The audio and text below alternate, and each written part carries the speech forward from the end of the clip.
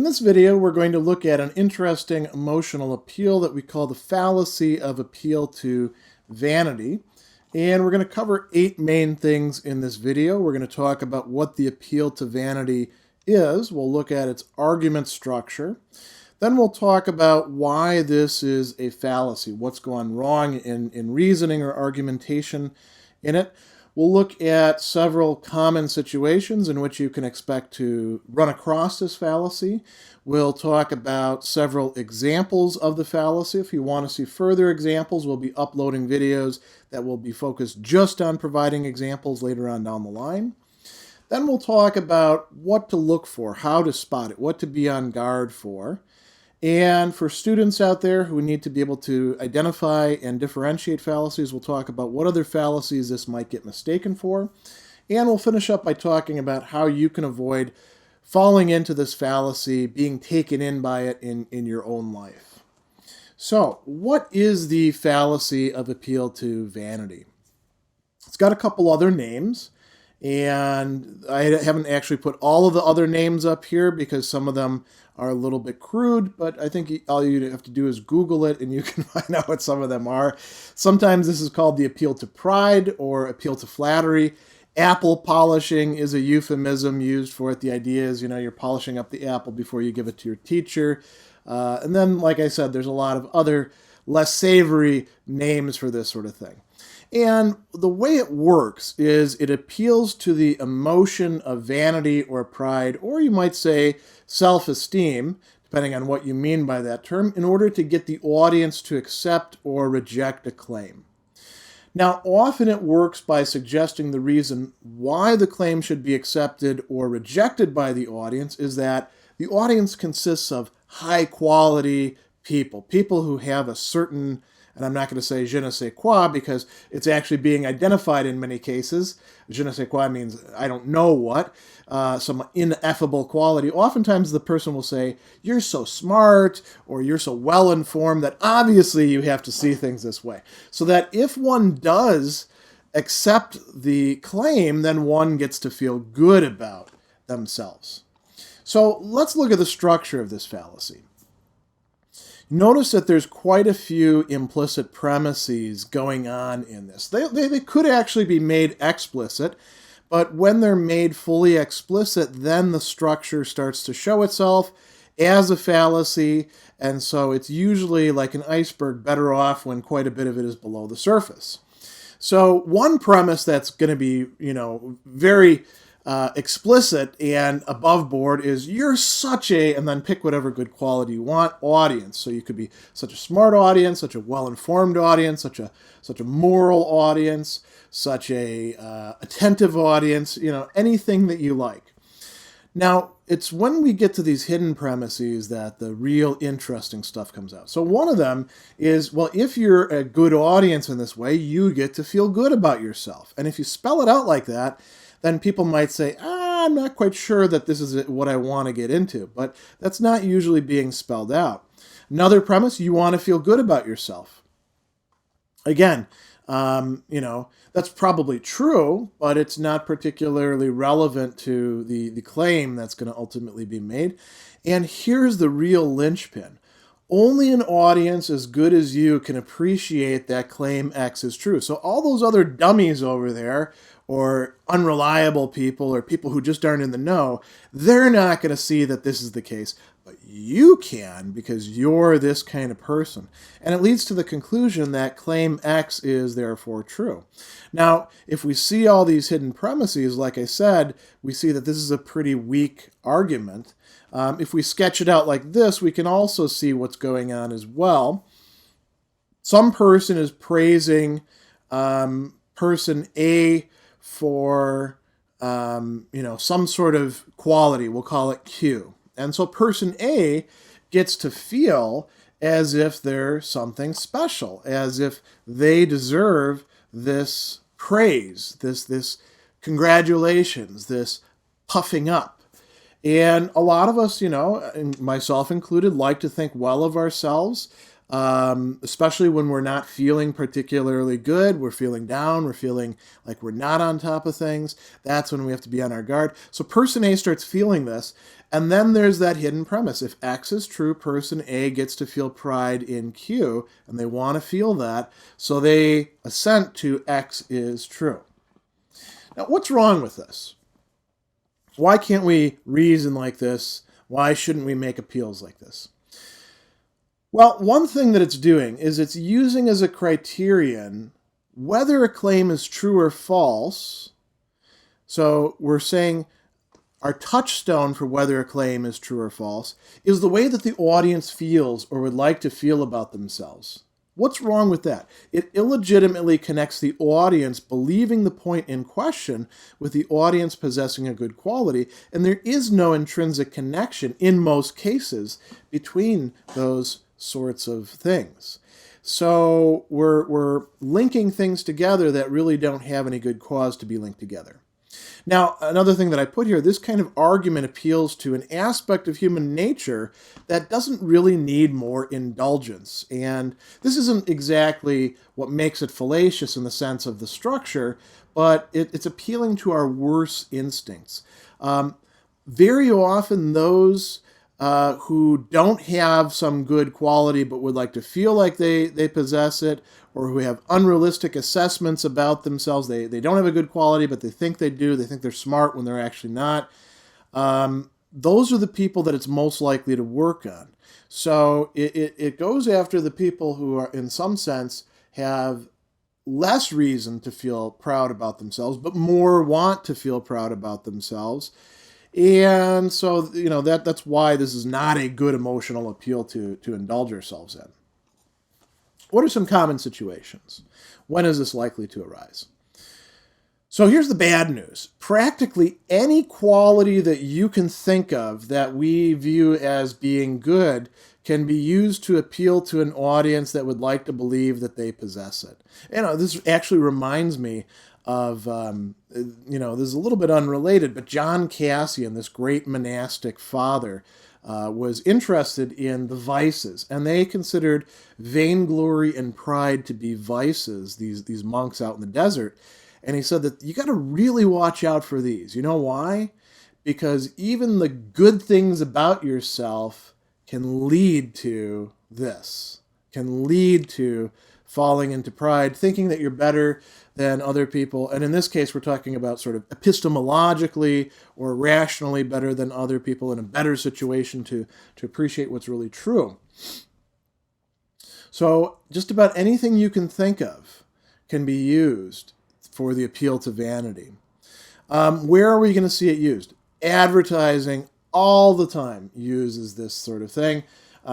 People, this is sort of the flip side of retail therapy. People buy things to make themselves feel good, sometimes because they're trying to fill in some sort of, need or gap, sometimes because they actually need things, but oftentimes we buy things for the sake of novelty, or because, it gives us some brief entertainment, or it gives us a little charge.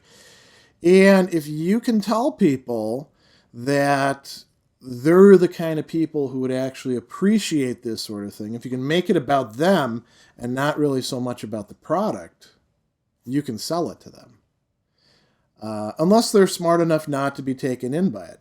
Ironically, the people who are smart enough or savvy enough not to be taken in by it aren't going to be swayed by appeals to how smart or savvy they are, whereas other people who aren't really that way will be. Salesmanship, a lot of that consists in getting people to part with money for things that they don't really need, that they didn't believe that they desired. And one way to do that is to convince them that if they have this kind of product and they recognize that product as being what they need, that's because they're the right kind of people for that. We also see it in situations marked by power differentials, when people have to talk up to authority, or are also talking down to people that they may be in charge of, and they want to soft sell things. You tell people, I think that you have leadership potential, and I'm just trying to guide you. And, if you want to have leadership potential, this is the way that leaders think. So I want to raise you up. Or, well, you're so smart. You're such a great judge. Can't I just, bask in your glory a bit? People who are above us often are not any better than us. They just happen to have wound up in the right place at the right time, or they had seniority, or, all sorts of other things fell into place. And they, people oftentimes like being flattered. Situations where people have to compete for praise or approval are common situations where you will see this sort of thing being made. Sometimes people will, in those situations, who are competitors, will actually appeal to each other that way. Sometimes, if you're the one who has a bunch of other people competing, you can get them to do all sorts of things for you that they ordinarily wouldn't do, or believe things they wouldn't believe. Matters of aesthetics or design, think about blueprints for houses or interior decorating. Obviously, not everybody would be up to appreciating what fine design this is to have, this particular kind of countertop, but you're that kind of person. Well, that's an appeal to vanity. Personal relationships. This is something that happens quite a bit. A little bit of flattery here and there, a little bit of puffing people up. Can be family relations, can be romantic relations, can be friendships. That sort of thing happens quite often. And opinion leaders and opinion forums. Now, what do I mean by opinion leaders? I mean the people who are writing opinion pieces, who are the talking heads, who get to say things that other people then repeat and agree with or disagree with and criticize or amplify. And opinion forums would be all these sorts of op-ed, areas where one can write, one can do a video, one can think. It's very tempting to try to get the audience to come along by saying, look, I understand that what I'm saying is controversial, but you're the kind of people that have good faith or good nature, or you're more intelligent than the average viewer, so you'll appreciate what I'm saying. Not like those stupid liberals or those stupid conservatives, or pick whatever else you like. So these are the common situations in which you'll find it being made. Let's look at an example now. This is a classic one. You see this in all the critical thinking textbooks. I call it, "You're far too smart for that." And it runs like this. "Ladies and gentlemen of the jury, the prosecution has made what seems like a strong case." Seems. But you're all smart enough to see past the facade of evidence, the tangled, sophistical arguments, the unreliable witnesses the prosecutor has given you here. It's a sign of high intelligence to find reasonable doubts where average people would just go along with the story and railroad the defendant. So the conclusion is, you should find the defendant not guilty, not because the defendant actually isn't guilty, but because that makes you feel good about how smart you are, how you can see through the prosecutor's ruses. And could be that, the prosecutor actually accumulated a lot of evidence, that there's some great arguments there, that the witnesses aren't unreliable. But, you can tell people that, well, if you can find holes in this, that's a sign that you're a smart person.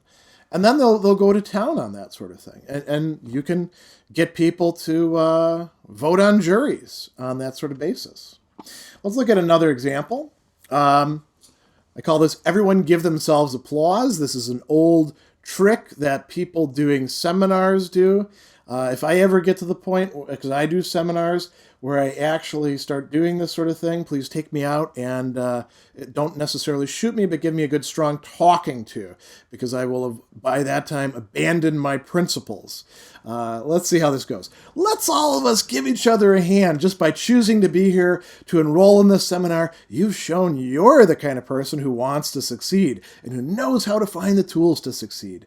Now everybody keep clapping if you want to keep on exploring and developing your potential. And then what do we have here? The sell is, you should sign up for the follow-up seminar. So you do this sort of thing when you first introduce the 2-hour seminar, and now you're going to get them to go to the 2-day one where you charge them, $3,000, $5,000, who knows what you're going to charge them for. And you tell them, the claim is you should actually go to this other seminar. And the argument that's going on here is, well, you're the smart people who recognize the value in this. Other people might not say it. They might say, what the hell are you doing signing up for this seminar, shelling out this money? But give yourself the applause for being so smart to recognize that you want to succeed. All right, example 3, one that I get not as often as in the past, thank God, but still, a little bit too often. A little bit less now that I'm doing online classes more than face-to-face classes, because this tends to be the sort of thing people do face-to-face. So, end of the semester rolls around. You're definitely my favorite professor. I've been learning so much in your class. You really have been bringing out my interest in the subject. You can really see just how much I've learned from the papers that I've written. So, how about that A now? And the idea is that the papers aren't particularly good, but the student is going to kind of try to fluff the teacher and get the teacher to say, yeah, that student, they must have learned a lot, because then the professor gets to say, see, I'm such a good teacher. I'm such a smart professor. I really know my subject well, and I can communicate it effectively to them. Look how great the product that they're turning out is. And, if you do this sort of thing, you can actually get people to read things, the same material, quite differently. They'll evaluate it, and sometimes they'll give it a good grade. So that's another example of this. Let's talk now about how do you spot this fallacy in the wild, in your everyday life. So one thing you want to do, be on guard for any sort of suggestions that the moral or intellectual qualities of the audience are required for them to be able to adequately understand and assess claims and reasons. Not every case that happens is one where you've got an appeal to vanity going on. Great example, Aristotle's Nicomachean Ethics. He says that, look, unless somebody's got a certain baseline level of decency, which probably comes from them being raised in a certain way, they're not going to really be able to understand ethics to the degree that we want them to. They're not going to be able to appreciate the claims and the arguments that I'm providing here. So I'm kind of writing off a portion of the population. Is Aristotle actually doing the appeal to vanity there? He's not. And there's good reasons we could talk about for that. But in a lot of cases, when somebody starts out that way, you probably should be on your guard. As a matter of fact, when you first read Aristotle, you should be like, is this guy trying to snow me, or should I read on? Flattery, praise, ascriptions of good qualities, or the suggestion that if you believe something, you will get or deserve these, those should cause us to be on our guard. When somebody is kissing up to us, you got to wonder why they're doing that. This leads to the third one. Be wary of those who stand to gain by praising other people excessively, unnecessarily, or manipulatively. Excessively. If somebody does something good, praise them for that. That makes perfect sense. But keep it in perspective. If somebody's saying, oh my goodness, you are, somebody plays the violin, you're like, the best violinist ever. What's going on there? You want to know about that. Finally, ask yourself whether the same claim can be made without appealing to the emotions of the audience on grounds consisting of reasoning and evidence. If the answer is no, then you probably have an appeal to vanity going on. If you need the audience feeling good about themselves in order to get them to accept something, then you've got some fallacious argument going on. Now, for you students who need to be able to identify this fallacy and differentiate it from other fallacies, let's talk about several other ones that aren't the appeal to vanity. So, what's the difference here? For the first two, it's about the focus being on the claim rather than on the person who's supposed to believe the claim. Appeal to vanity is about the person who's supposed to believe the claim. If the focus is directly on the claim, then we've got something else going on. So if you're focusing on the claim being one that's new and therefore not held by many people yet, and you're saying, look, most people are stupid, they don't, they accept what's traditional, that's the appeal to novelty. That's a different fallacy. Arguments that focus on the claim being one that's only accepted by an elite or a subculture are the appeal to exclusivity. So, here's how it might work. You could say, if you buy this product, you'll be part of this elite, and you can participate in what all of these people are doing and buying, and it makes you, good that way, right? If you're saying, obviously, you're the one who's smart enough to recognize that this is the product that the best people use, and the implication then is you're part of those best people, or you've got something in common with them. Then you've got the appeal to vanity. Wishful thinking is another thing that could coincide with this. For instance, when the main claim is that an audience ought to believe something flattering about themselves, when that's the conclusion, that could be wishful thinking. In the appeal to vanity, that's not the conclusion, that you get to feel good about yourself. That's the carrot that's dragging you along to the conclusion. Now, not every argument that is making some sort of claim about good qualities or bringing that up is necessarily a fallacious argument. You got to judge this on a case-by-case basis. Let's talk now about what you might do to avoid falling into this yourself. So one of the easy things, avoid the temptations to flatter your audience, to stretch the truth about their qualifications or their qualities, to appeal to people's needs for feeling good about themselves. If you do that, you're probably not going to fall into this fallacy, right? If you can avoid doing those things. Now, if you do find yourself making this emotional appeal, like with all the other fallacies, see whether you can rework your argument so that you're not making a fallacy, so that you're supporting your claim with other better grounds, reasons, evidence, something other than just, hey, won't you feel good when you think this? Try to do it without making any explicit reference to the audience. Last thing that I need to say, this video is part of a series discussing fallacies, and it belongs to a channel devoted specifically to critical thinking, reasoning, and argumentation. So if you like this video, if you find this useful, if you think other people would get something out of it, share it with other people, and come back, check out the videos in this channel. We've already uploaded quite a few other fallacy videos, and we're going to upload a lot more, and a number of other videos dealing with logic, dealing with argument, dealing with critical thinking.